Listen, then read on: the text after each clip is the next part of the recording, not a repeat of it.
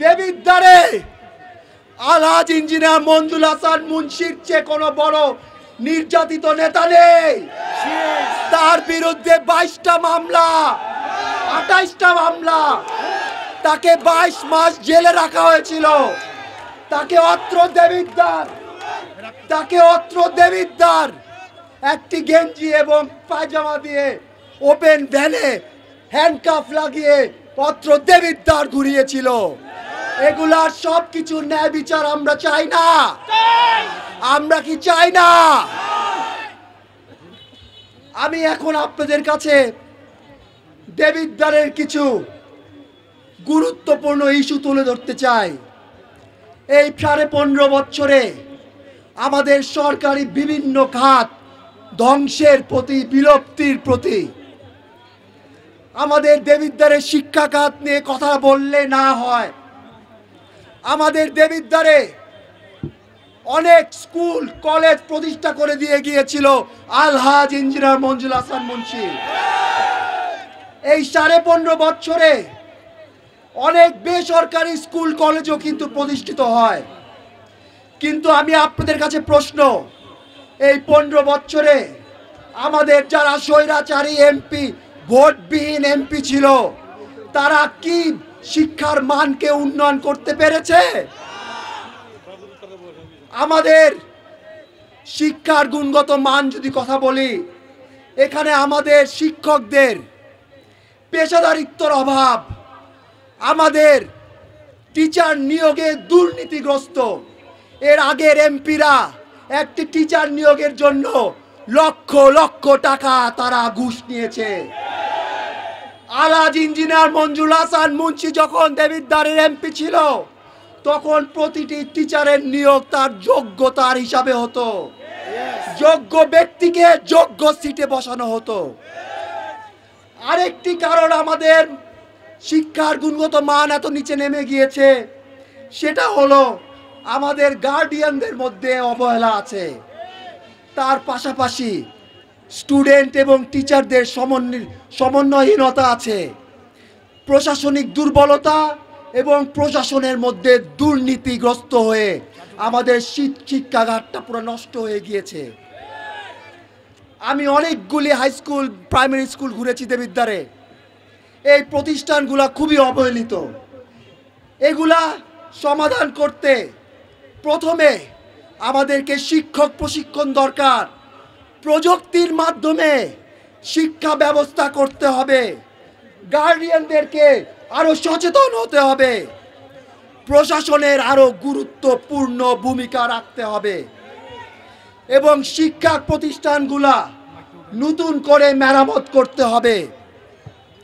সর্বশেষে শিক্ষার গুণগত মান উন্নয়ন করতে আমাদেরকে প্রশাসন, শিক্ষক এবং গার্ডিয়ানদের মধ্যে একটি সমন্বয় করতে হবে।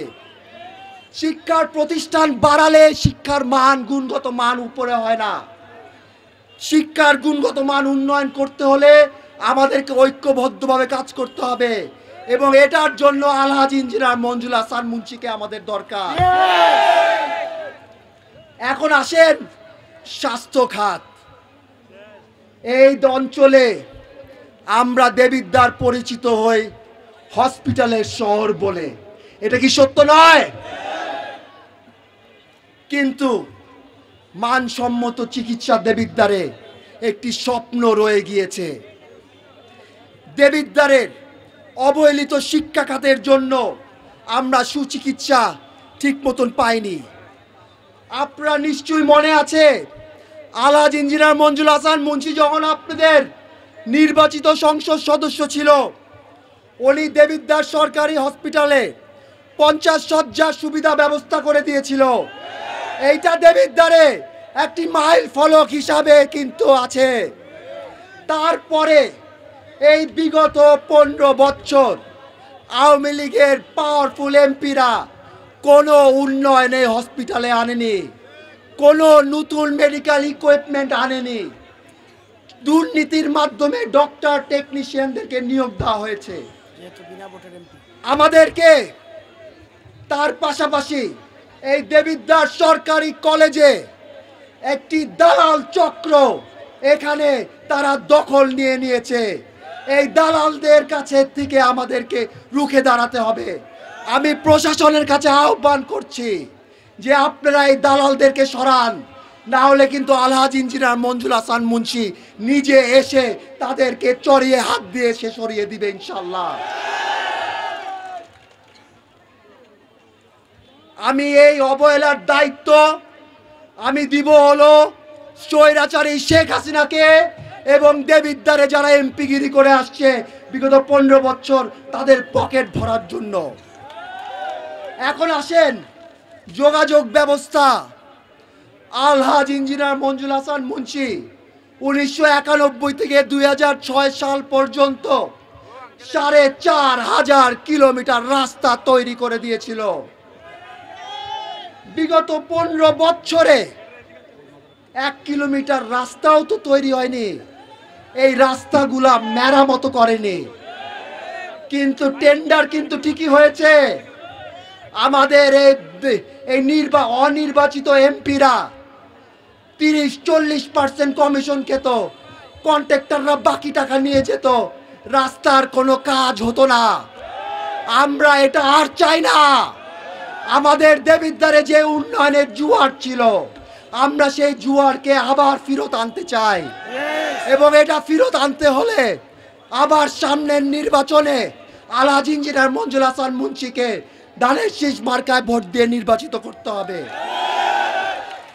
দেবিদ্বারে আরেকটি বড় সংখ্যা হলো মাদক।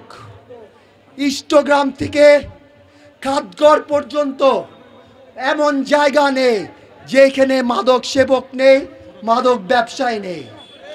আপনারা মনে রাখবেন, যারা মাদক সেবক তারা তাদের জীবন তো নষ্টই করে, তার পাশাপাশি তাদের পরিবারের জীবন নষ্ট হয়। পরিবারের পাশাপাশি আমাদের সমাজের জীবন নষ্ট হয়। আমাদেরকে এই মাদক সেবকদের বিরুদ্ধে এবং মাদক ব্যবসায়ীদের বিরুদ্ধে রুখে দাঁড়াতে হবে। আমাদেরকে দেবিদ্বারে অতি শীঘ্রই প্রতিষ্ঠা করতে হবে মাদক পুনর্বাসন সেন্টার, যেখানে যারা মাদক সেবক আছে তাদের সুচিকিৎসার মাধ্যমে, পুনর্বাসনের মাধ্যমে তারা সমাজে যেরকম সুন্দরভাবে আবার ফেরত আসতে পারে।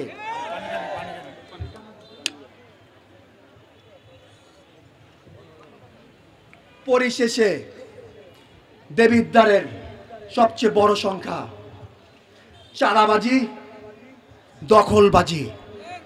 এই চাঁদাবাজি, দখলবাজি কিন্তু 91 থেকে 2006 সাল পর্যন্ত কেউ সাহস পেত না, কিন্তু 2009-এর পরে স্বৈরাচারী আওয়ামী লীগ সরকারের আসার পরে দেবিদ্বার লিপ্ত হয়ে যায় এই চাঁদাবাজি এবং দখলবাজিতে। 5ই আগস্টের পর কিছু সংখ্যার মানুষ বিএনপির নাম ভাঙ্গিয়ে, মঞ্জুর হাসান মুন্সির নাম ভাঙ্গিয়ে এখনো চাঁদাবাজি দখলবাজিতে লিপ্ত। আমি সুস্পষ্টভাবে বলে দিতে চাই, মঞ্জুরুল হাসান মুন্সি জিরো টলারেন্স চাঁদাবাজি দখলবাজিতে। সে যদি আমার ভাই হোক, আমার বোন হোক, আমার সবচেয়ে কাছের মানুষ হোক, তাকেও ছাড় দিব না, এটা বিশ্বাস করেন। এবং আমি ব্যক্তিগতভাবে এমন একটি সিস্টেম তৈরি করছি যেখানে প্রযুক্তির মাধ্যমে আপনারা কোনো চাঁদাবাজি, দখলবাজি এইসব ব্যাপারে আপনারা আমার কাছে আপনাদের বার্তাটা ডাইরেক্টলি পৌঁছানো দেওয়ার ব্যবস্থা আমি ইনশাল্লাহ নিচ্ছি। কিছু সাংগঠনিক কথা না বললেই নয়। আপনারা যারা আজকে এসেছেন, যারা নবনির্বাচিত ইউনিয়নের নেতৃবৃন্দ, ওয়ার্ডের নেতৃবৃন্দ, একটি কথা মনে রাখবেন, পদ বা চেয়ার দিয়ে নেতা হয় না। নেতার পিছে যদি কর্মী না থাকে তাহলে সে কোনো নেতা না। তাই আমি আপনাদের লক্ষ্য করে বলতে চাই, যারা আপনারা ইউনিয়ন লেভেলে, ওয়ার্ড লেভেলে আপনারা নেতৃত্ব নিয়েছেন, এখন থেকে নির্বাচন পর্যন্ত আপনারা প্রতিটা ওয়ার্ডে ওয়ার্ডে ঘুরে আমাদের কর্মীদেরকে মূল্যায়ন করেন, তাদের পাশে দাঁড়ান, তাদের খোঁজ খবর নেন, তারা বেশি কিছু চায় না, শুধু একটুখানি ভালোবাসা, একটুখানি আন্তরিকতা চায়। আমি আমার বক্তব্য এখানে আর দীর্ঘায়ু করব না। আমি শুধুমাত্র বলতে চাই আপনাদেরকে যে আপনারা দেশনেত্রী বেগম খালেদা জিয়ার জন্য দোয়া করবেন, ওনার সুচিকিৎসার জন্য দোয়া করবেন। আপনারা দোয়া করবেন যে তারেক রহমান সাহেব অতি শীঘ্রই যেরকম বাংলাদেশে ফিরে আমাদের মাঝে, আমাদের সাথে, আমাদের পাশে থেকে আমাদের রাজনীতিটা পরিচালনা করতে পারে। আপনারা আলহাজ ইঞ্জিনিয়ার মঞ্জুল হাসান মুন্সির জন্য দোয়া করবেন। আমার মা আপনাদের নেত্রী আলহাজ মাজেদা হাসান মুন্সির জন্য দোয়া করবেন। আমাদের পরিবারের জন্য দোয়া করবেন। আমি এই বলে আমার বক্তব্য এখানে শেষ করছি। আল্লাহ হাফেজ। বাংলাদেশ জিন্দাবাদ।